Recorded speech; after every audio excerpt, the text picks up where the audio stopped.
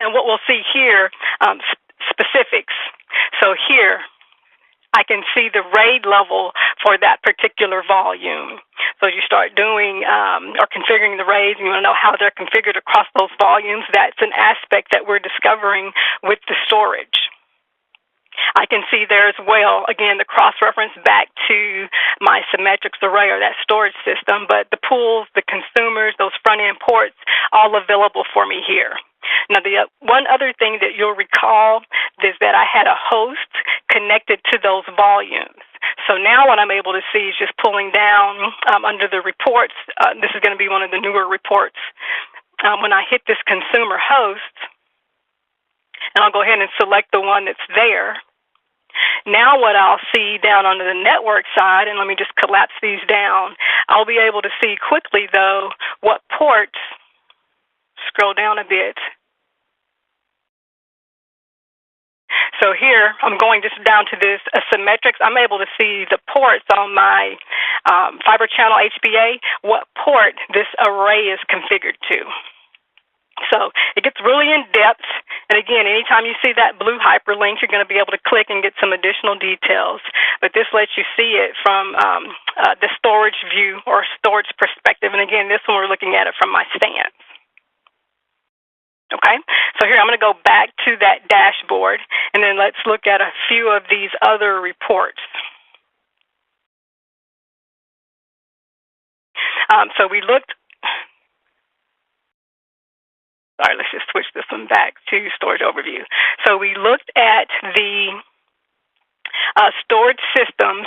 I know for sure that we have at least one management software out there because it had discovered that symmetrics array, but you'll see there is a report that's going to show you all the storage management software that you may have running in the environment. And again, if I go ahead and click here, I'm just choosing the second one down, I can see manage what storage systems this particular software is managing.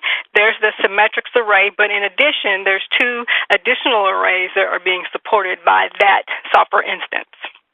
And again, from a high level, I can see here the pools, the volumes, the disk drives, the fiber channel ports associated with each of those arrays. Okay. One more aspect from the storage dashboard. Applications running on the host. So what this is going to do is end up giving us a little bit of a visualization. So here we'll go ahead and choose this visualization. I'm going to do the application view. So what I'm going to be able to see again at that top level, my application. For here it happens to be the internet is my application. But I'm able to see over here on the left, and again, I'll bring up your legend, that I have a database server. And I can see that database server is a part of a cluster, and I'm able to see from that cluster how the storage fits into the picture. So essentially, that SQL server is spread across multiple storage systems for me. So from an application view or visualization for my storage, I can always go into that storage dashboard, look at the report for the applications, and then see quickly which ones are relevant to my storage.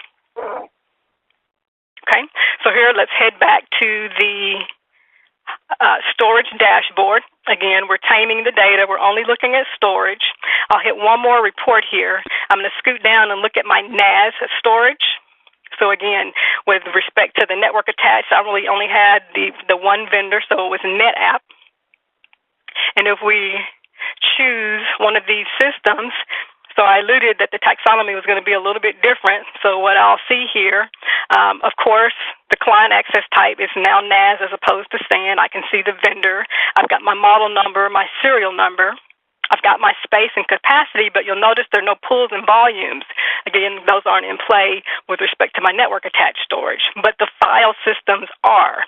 So you'll notice 48 drives and the file systems, again, attached to the particular host. Okay, so that gives us a quick look at the storage. Again, this is new functionality that was added into the 10.1 release of ADDM. At this point, we'll go ahead and head back to the presentation. Thanks, Stacy. I appreciate it. So, you may have noticed on that previous slide that this is an additional license add-on to the ADDM product. There is the ability to go in and discover very basic information about storage in your environment. But what the license add-on provides is it provides all that connectivity and all that detailed information. Other than the fact that there's a storage device out there, we're getting all of that information about the drives, the pools, the volumes, the serial numbers on the drives. All of that information is coming as a result of that license add-on, as well as the connection to the hosts that are being supported by that information. So that brings us to the second big piece that was introduced in 10.1, which is load balancer discovery. And again, for those customers that are familiar with ADDM, you realize that we've had for some time the ability to identify that there's a load balancer out there in your environment, but you may also recognize the fact that it's very, very difficult for us to be able to incorporate that load balancer into a service model, into a business application service view. Again, it was difficult for us to go in and find any detailed information without writing custom patterns and things of that nature. What we've done in the 10.1 release is we've expanded that capability now to be able to understand where those load balancers fit within a business service application, whether or not they're providing us fault tolerance, whether they're providing us, backup functionality. Again, being able to go in and do a deep discovery within those platforms, including physical server pools, different types of things, the host, the service groups, the virtual servers that are connected to those devices and so on. And again, we've expanded the capability of the number of load balancers that we can currently identify, but yet go deeper in and discover the specific characteristics and configurations of those devices. Again, we're going to support the NetScalers, the big the F5s, big IPs, and a number of the Cisco devices that have the load balancing capability based on the iOS 12 operating system release within those products. So again, what we're trying to do is increase the awareness, increase the ease with which you can add these things into a business service model, and again, understand how an outage in a load balancer might affect a business application service or something running in your environment. Stacy, one last time, can you give us a quick look at what that looks like? Absolutely. And so just to show the taxonomy for the load balancer, so I have the instance, and we're typically load balancing a service. So that service can be HTTP, it can be your database, whatever your service is. As Joe alluded to, so there's pools of machines that may be balancing that service. Those pools have members, and in the demonstration that I'm going to give, you'll see the servers that are connected, you'll see the software instances. I don't have any components per se, but that could as well be something that you would see on that load balancer. This is utilizing SNMP. So again, we're putting those credentials in, so that network device is what finds that load balancer instance.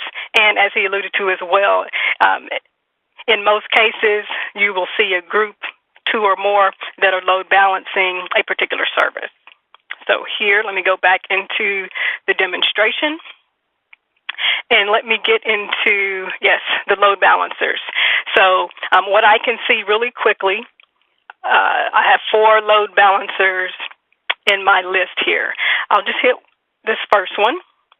And what we'll see quickly, I can see the type and that this particular one is in standby, but I'm also able to see the services, the pools, the members, the hosts that make up that load balance instance, if you will. I'm going to hit the back because that one's a little large for us to look at for a demonstration. The other thing that you'll see, let me go back into infrastructure and into my load balancer. this NetScaler. So this one, let's go ahead and look at it. And what you'll notice, again, I've got my failover type, what the state is of this one. But what I'm able to see are the services. And so here, we'll look at this from a rows and columns perspective, and then I'm going to do a visualization on it. But what I'm able to see here are the two services that are being load balanced. So here I have my HTTP service and my HTTPS service. I'm able to see as well, and again, these are hyperlinks, so we could click and see what makes up the pools, or we can just see it here. But I've got the three machines that are serving as a pool for that service, the members of those pools, and then the hosts that make up those member machines. Now, what you can't see here is the actual software instance or the application. That we'll be able to see if we dig into a host or if we grab a visualization. So what I'm going to do is just grab the visualization. And what you'll notice as this is coming up, again, at that top level is going to be where I see my network device, and then that I have a group of load balancers. So over here again on the left is going to be your legend, but here at the top, this is just telling me that you have a group of load balancers. So I've got NetScaler 1 and NetScaler 2. Each of those, as we saw, was balancing. Just take the cursor down. So this one is my HTTP service, and this is my HTTPS service. Again, balanced across that load balancer. What I'll see underneath, so for this particular service, I've got it on 1, 2, 3 pools. So here I got EE65VC, which is a pool for my HTTP service. And across the way, these three are a pool for my HTTPS service. As we scroll down, the point that I was trying to make was what I couldn't see in that graphic was the actual software instance, but that was on my taxonomy. So what you'll see here is this actual software is the Apache web server. So I've got that software instance on this host, and I've got that 3 times across the environment. So the other thing that you'll notice about that particular host is that it's running for its operating system, the Red Hat Enterprise. So again, as you start talking about doing any of the changes in the environment, and if you take a particular machine down, here's the impact that it has up and downstream. That's the value that you get from the visualizations that you won't necessarily see if I'm just looking at it from that rows and columns perspective.